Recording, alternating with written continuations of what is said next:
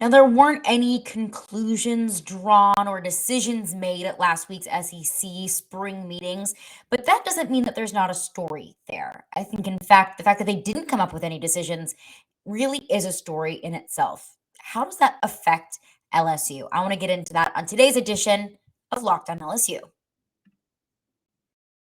You are Locked On LSU, your daily podcast on the LSU Tigers.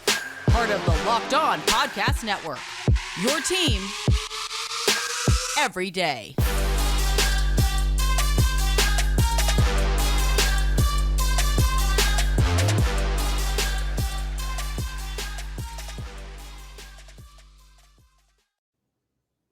Thank you for making Locked On LSU your first listen every day. We are free and available wherever you get your podcast, whatever your preferred podcast platform is. You can find us there. You can also find us on YouTube as well. If you would rather watch the podcast, you can throw it up on your smart TV. You can throw it up on your phone. You can throw it up on the go. Whatever you prefer, whichever platform you prefer, you can find us there. Just make sure to subscribe to the YouTube channel Locked On LSU in the search bar. Just hit that subscribe button and you won't miss a second of your Locked On LSU content. I'm Fenton and I'm your host, as I am every day. I graduated from LSU in 2019 and I now do sports talk radio here in Nashville, Tennessee. You can follow me on Twitter at Fenton1. You can also follow the podcast at Locked On LSU Twitter. I'll post my thoughts, my takes, and podcast updates on both of those accounts. Now, I mentioned the SEC spring meetings. There were no hardcore decisions that were made, and those do affect LSU. And I want to get into that. But before we do that, I would be burying the lead and I would be avoiding the elephant in the room if I didn't address LSU's loss to Southern Miss last night. Really, honestly, a heartbreaking loss in the final game of the regional in Hattiesburg. I mean, after this entire weekend of LSU baseball, the Cardiac Cats, they brought that to a new level. I swear, LSU baseball always tests my patience, my nerves, my anxiety, my adrenaline every single postseason after a wild game, a wild comeback, both on Friday and Saturday nights, one against Kennesaw State on Friday.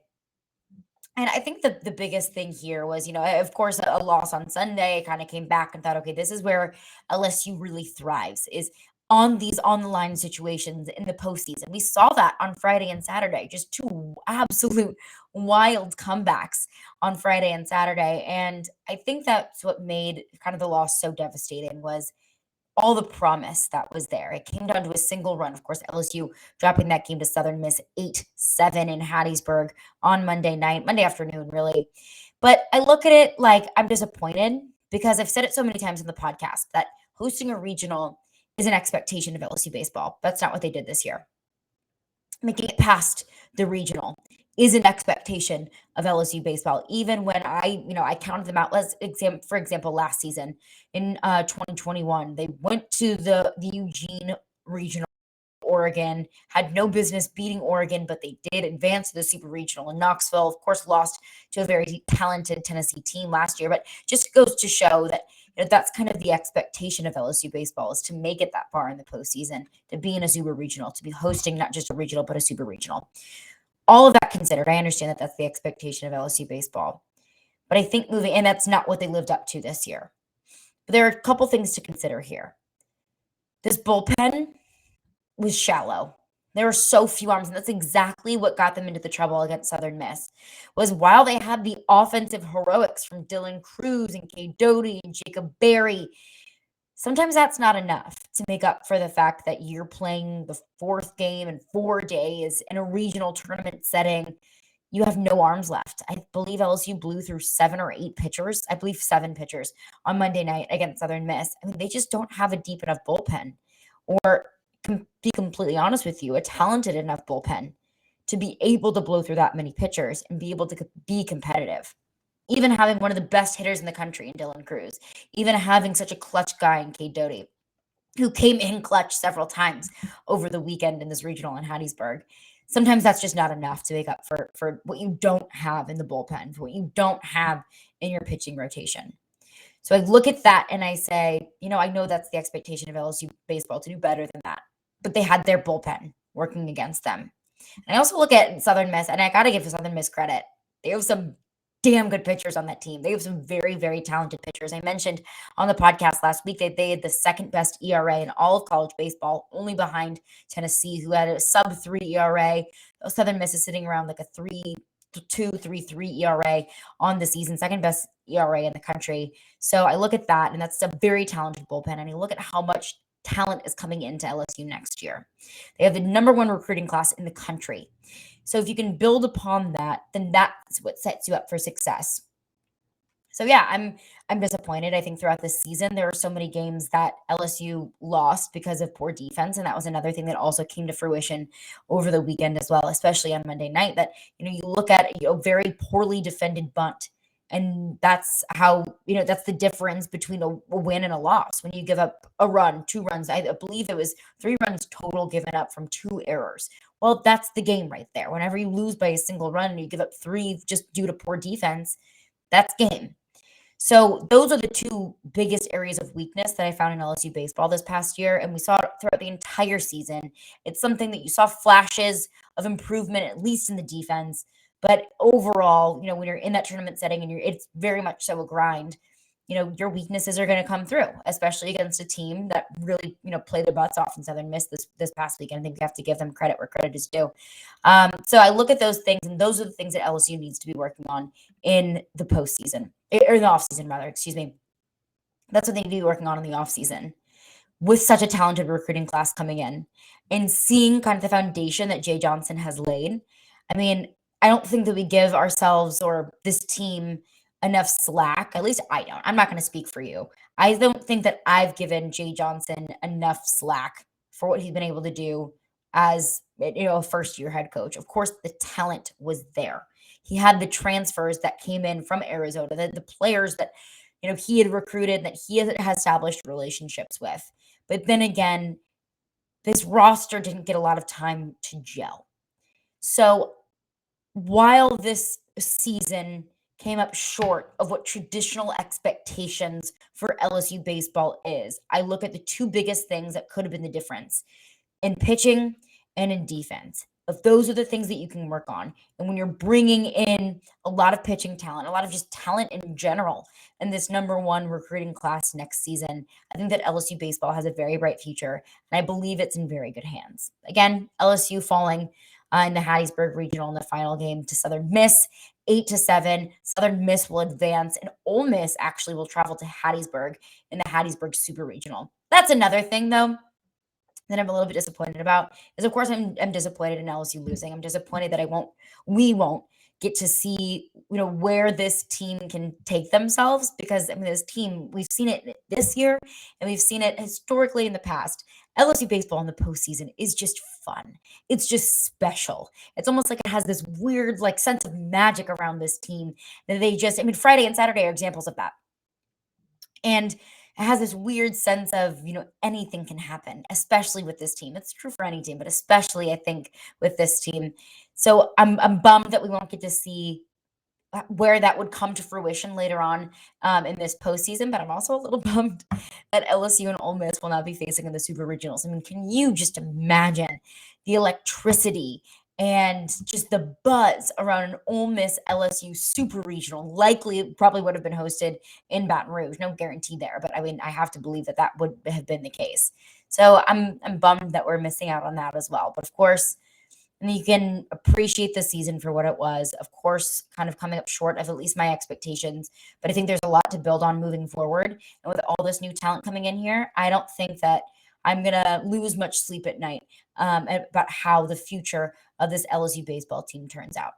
But it should be a fun tournament to watch the rest of the way. There's been plenty of drama, plenty of chirpiness, a lot of very high-scoring games over the weekend at the regional. So I think we've got some good baseball in store. Of course, our guys aren't in it, but that's okay. We got some good baseball moving forward.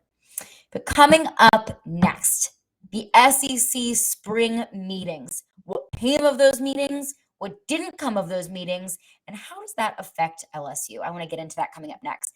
But before I do that, I want to tell you about Built Bar. So, think about your favorite dessert. And think about like a chewy, chocolatey brownie. Like, how perfect does that sound at the end of a hard day, sitting down on the couch, getting a nice brownie, maybe some ice cream on top, maybe some caramel swirled on top. I mean, it's delicious. But what if I told you that you can have all of that deliciousness, the chewy, chocolatey, caramel deliciousness, plus 17 grams of protein? Kind of doesn't seem real, right?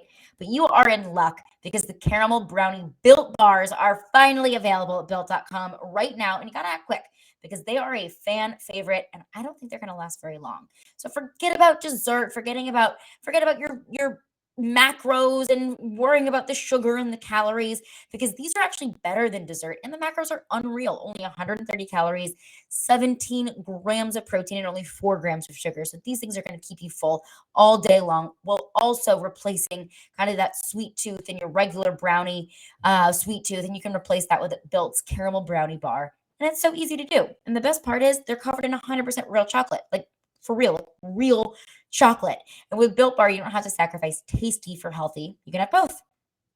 All of Built Bars are made with collagen protein, which your body absorbs more efficiently, provides tons of health benefits.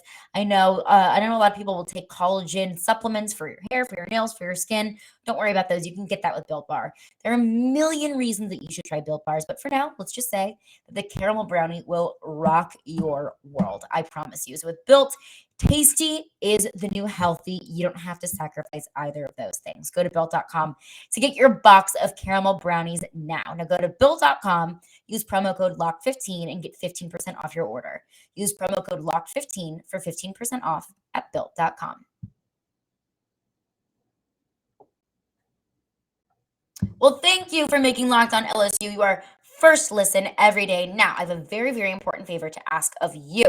Now, we at Locked On have put together a survey so we can learn more about listeners like you and make your favorite Locked On podcasts even better. So this is your opportunity to tell us what you like, what you don't like about Locked On Podcast.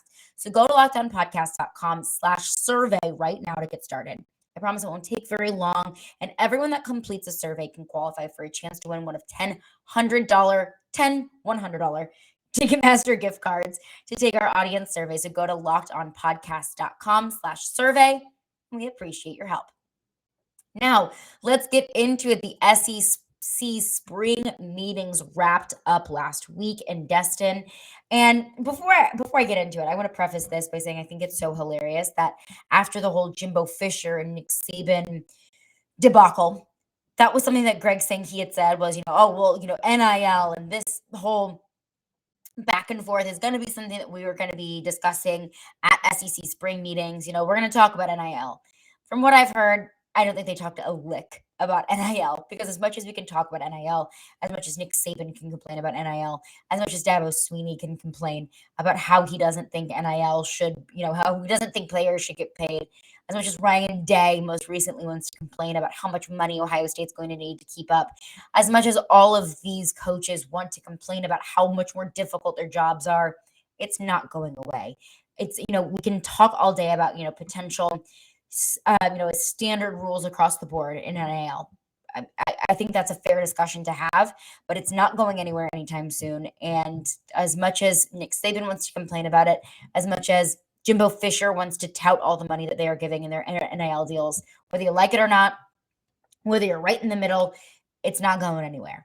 The Supreme Court unanimously voted that this is what is constitutional, and limiting any amount of money that a player can be paid is unconstitutional. So that's really the meat and potatoes of it, so we can complain about it all day. But it's not going anywhere, so just embrace it. So that aside, instead of talking about NIL, the number one topic of conversation was the scheduling, the future of what the SEC will look like. Now, there weren't any official decisions made. That was, a lot of the topics going into the spring meetings were the options of, sticking with divisions or getting rid of divisions, or a 3-6 model, expanding your SEC schedule one more game from 8 to 9 games, or a 1-7 model where you have one permanent opponent and 7 rotating opponents. That, of course, the intention of that would be to get teams playing different teams more often. Of course, we cited on the podcast a couple weeks ago how Georgia has yet to travel to College Station since Texas A&M joined the SEC. Texas A&M and Georgia have only played once since 2012, whenever Texas A&M entered the SEC. So Greg Sankey, and honestly, I do too, and I think a lot of SEC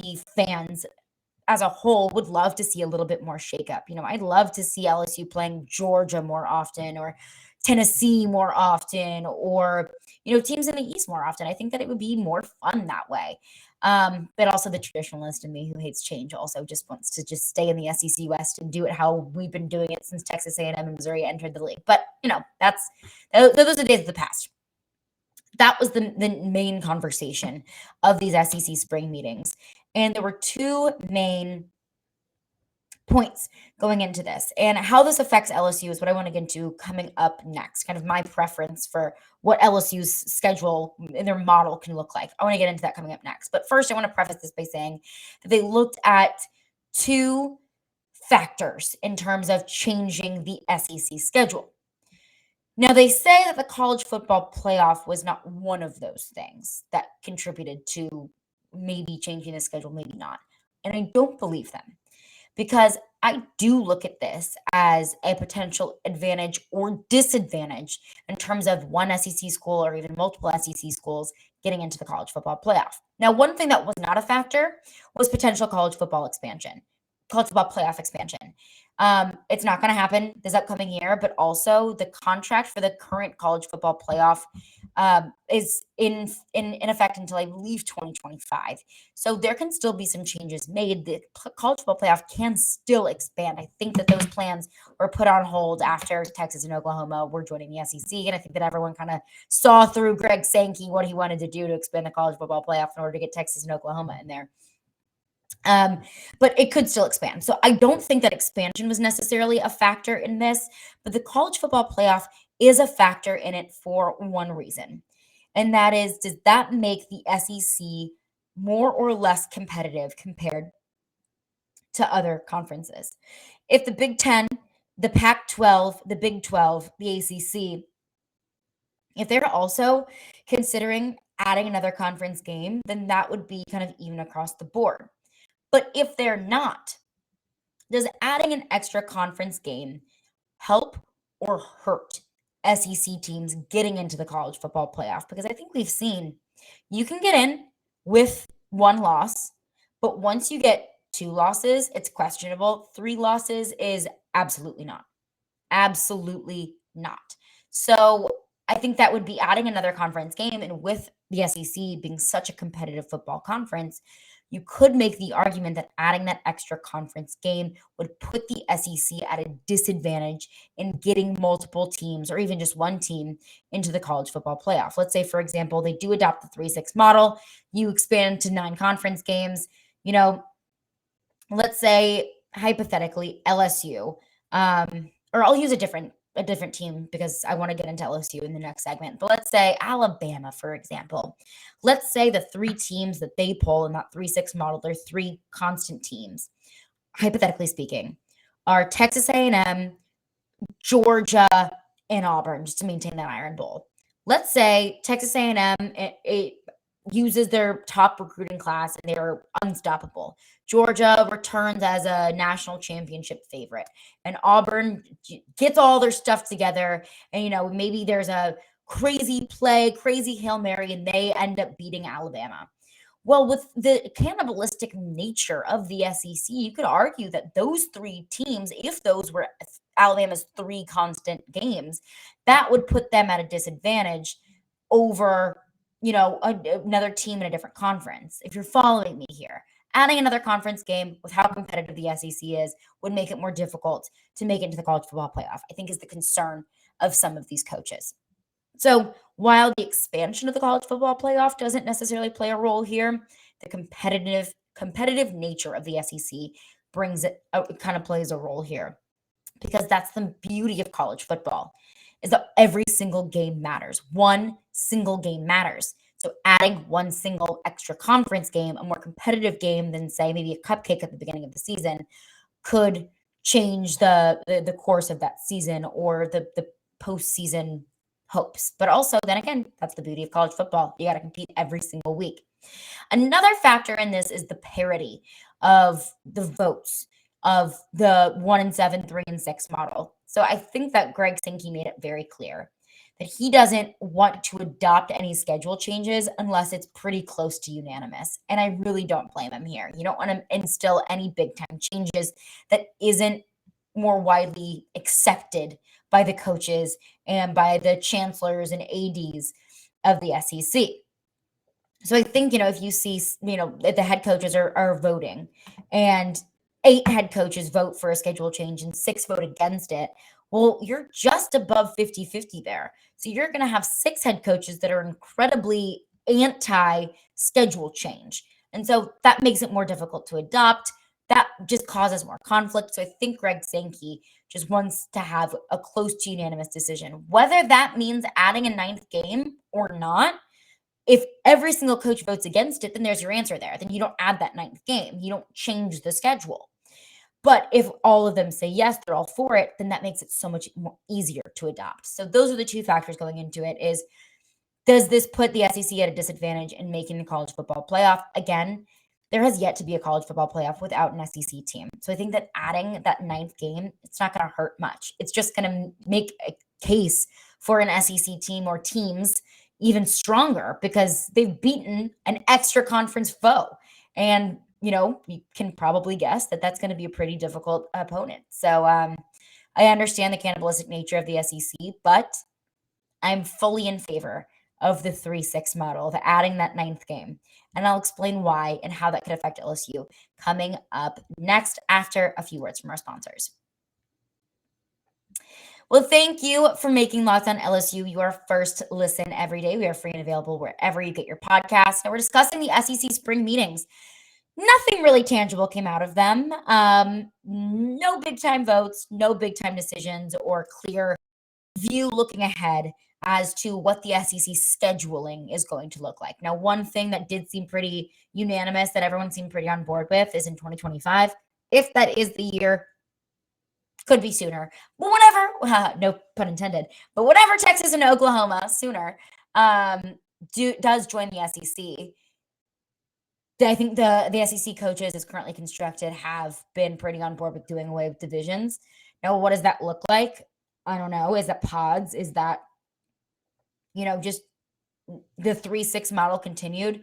I don't know, but they've decided to go away with divisions. Not decided. That's the wrong wording. They're all pretty much on board with it going away with divisions, which is a good thing for LSU because I discussed in the podcast a couple weeks ago about what that would look like for LSU if they maintain the divisions. The smartest, most logical restructuring of the divisions would be as follows. Texas and Oklahoma join the West. Alabama and Auburn join the East to maintain those rivalries, and Missouri joins the West, which only makes sense geographically because Missouri is the furthest West team in the SEC right now. Of course, when Texas and OU join the SEC, that'll change, but that's what it would be like. So that would mean that LSU would essentially lose their rivalry either with Alabama or Florida. And I can't imagine a world where there are divisions in the SEC and LSU Florida and LSU Alabama are not part of that constructed schedule. So that's the good thing there. But so with no divisions, what would the schedule look like? 2 of the options thrown out there, 1-7 and 3-6. What does that mean? 1-7 means that each team has one specific rivalry year in and year out, and that's your buddy. That's your guy. That's who you play every single year, and the 7 teams rotate. The other option, and that would maintain 8 games a year. The other option would be 3-6. So you have 3 permanent games and 6 rotating games, and you add that 9th conference game. I think that's the best option here. I think 3-6 is the way to go if you're going to do away with divisions. I think that only having one permanent rival, it doesn't have the same oomph. It doesn't have the same tradition. And I don't know how you could pick just one team for every single SEC team. It's gonna, I feel like at least one, if not several teams in the SEC are kind of going to feel gypped by their one rivalry. And I don't think that having just one permanent game is maintains the tradition enough. I'm such a sucker for tradition in college football, and I just don't think that having one permanent rival is enough.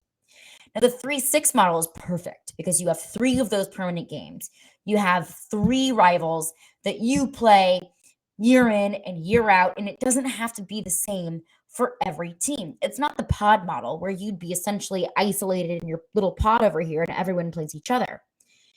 Alabama's 3 teams, Alabama and LSU could play each other, but that doesn't mean that they have to play the other 2 teams that other team plays.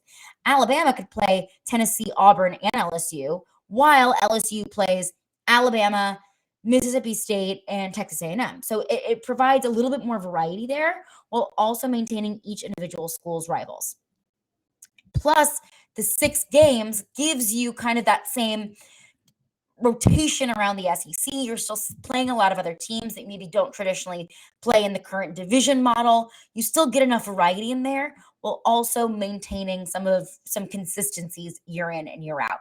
As you have those 3 games, those 3 permanent rivalries that you look forward to each week, each year, and then you also get some variety. So I love that. I'm totally in favor of the 3-6 model. Now you may say, okay, that makes sense, but what about that extra game? I love it.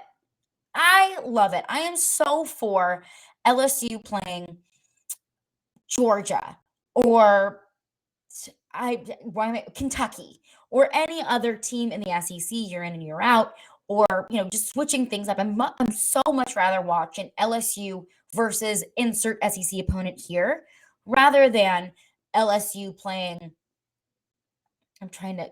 UT San Antonio. No disrespect to UT San Antonio. I don't even know if they've ever played each other, if they're ever on each other's future schedules. However, I would much rather see in conference matchups over some cupcakes. But also, you play 12 games a year. You play 9 conference games that would still give LSU the ability to schedule a couple cupcakes and maybe some out-of-conference games. Like this year, they're playing Florida State. Love that. Love that a lot. They played UCLA last year. Love that. Love the shakeup. Love the variety. The 9-game structure, 9-game conference structure also affords you a couple cupcakes and an out-of-conference game. And I think that's perfect. And I think, too, with the whole argument about making the college football playoff, I think it only makes the case stronger for teams in the SEC. That if they don't only beat 7 conference opponents, but 8, that makes their case so much stronger. Now, of course, not every team in the SEC is going to be super strong year in and year out.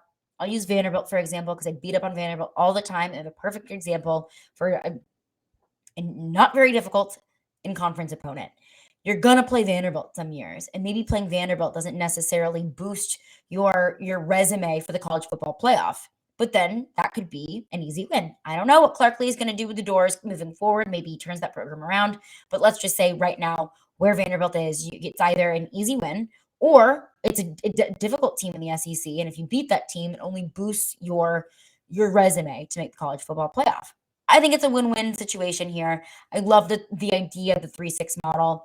But exactly which teams would fit in LSU's 3-6 model? What would be some matchups that you're not willing to part with? And what are some matchups that you would love to see every single year? That's what I want to talk about tomorrow. So we'll get into that on the next podcast, next time I chat with y'all on Locked On LSU. But I appreciate y'all for making Locked On LSU your first listen every day. And make your second listen the Locked On NBA Big Board podcast. Rafael Barlow, Richard Stamen, and Sam Ferris and Lee Thulin give fans an in-depth look into the biggest prospects, the latest player rankings, and of course, the big boards. So follow Locked On NBA Big Board every day in the Odyssey app, YouTube, or whatever you get your podcasts.